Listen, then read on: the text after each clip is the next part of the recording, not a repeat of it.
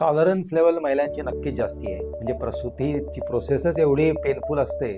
असं म्हटलं जातं की बर्न्सच्या पेन पेक्षा जास्ती वेदनादायक असतं. त्याला जरा जरी तकलं तरी आपण एक्झॅक्ट पाळी यायला लागते तेव्हा प्रत्येक पाळी जी येते ती हार्मोनल चेंजेस जे होतात, म्हणजे विड्रॉल होतं काही हार्मोन्स, आणि जे काय बाहेर पडतं लोकांना असं वाटतं ते घाण असते वगैरे. घाण काही नसते, ते एंडोमेट्रियल शेडिंग असतं. आता बाबा माझं करिअर आहे आणि मला 30-32 नंतरच लग्नाचा मी विचार करणार आहे. बरोबर. अशा वेळेला नक्कीच स्त्रीने लग्नाच्या आधीच हा विचार होणं गरजेचं आहे. हल्ली अजून एक नवीन गोष्ट अशी झालेली आहे की बाबा मला लग्न इतक्यात करायचंच नाहीये, पण मला प्रेग्नन्सी पाहिजे. एंडोमेट्रियम म्हणजे गादी, जिथे आपण प्रेग्नन्सी राहणार आहे, त्या एंडोमेट्रियमचा रोल म्हणजे ती प्रेग्नन्सी टिकण्यासाठी फार महत्वाचा आहे. खूप वेळेला असं होतं की खूप चांगली अंडी आहेत, खूप चांगले एम्ब्रिओज आहेत, सगळं चांगलं असतं, म्हणजे वही 28 आहे, पण ते एंडोमेट्रियम खराब आहे. पेरिमोनोपॉज एज ग्रुप मध्ये बेसिकली जे काही मेंटल चेंजेस होतात स्त्रियांमध्ये, हे घरच्यांनी समजून घेणं गरजेचंच आहे.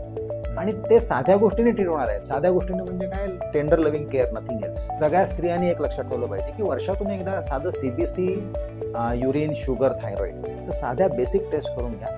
सर्वायकल कॅन्सर होतो का? Commonest reason is human papilloma virus, HPV नावाचा व्हायरस जो आहे. कारण नसताना हल्ली ते इमर्जन्सी कॉन्ट्रासेप्शन लोक घ्यायला लागले. बरोबर. इमर्जन्सी कॉन्ट्रासेप्शन आयुष्यात एकदा घेतलं, इमर्जन्सी नारकी होत नाही ना. बरोबर. आणि सारखी झाली तर त्याला इमर्जन्सी नाही म्हणता येणार.